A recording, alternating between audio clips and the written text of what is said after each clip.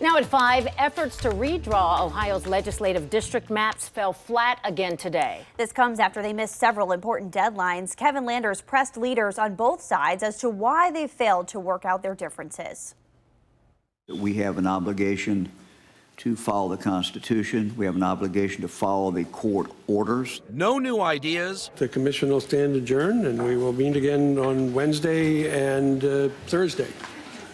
Same old response. Ohio's Redistricting Commission again adjourned due to political impasse. Voters look at this on the outside and see this as a failure of leadership on both sides. Can you address that? This is a complicated procedure.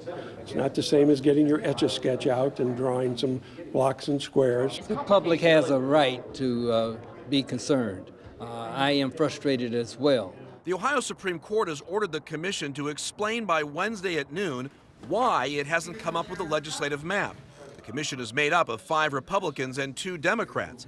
State Representative Allison Russo is one of the Democrats. I think that is the sticking point, is the willingness of some Republican commissioners to give up power and essentially give up seats that they have really been unduly favored over the last decade. Under a federal lawsuit filed last week, a group of Republicans is urging the court to approve a map that would favor Republicans in 58% of statewide seats. The Ohio Supreme Court believes the map should reflect a 54% Republican advantage based on voting over the past 10 years. Leaders admit this is new territory they are trying to navigate while trying to find a map that doesn't violate the state constitution. Obviously, there's disagreement over what is required.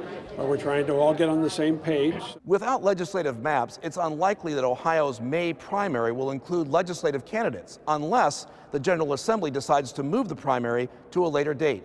According to Ohio Secretary of State Frank LaRose, that would require a supermajority vote by the General Assembly. At the State House, Kevin Landers, 10 TV News.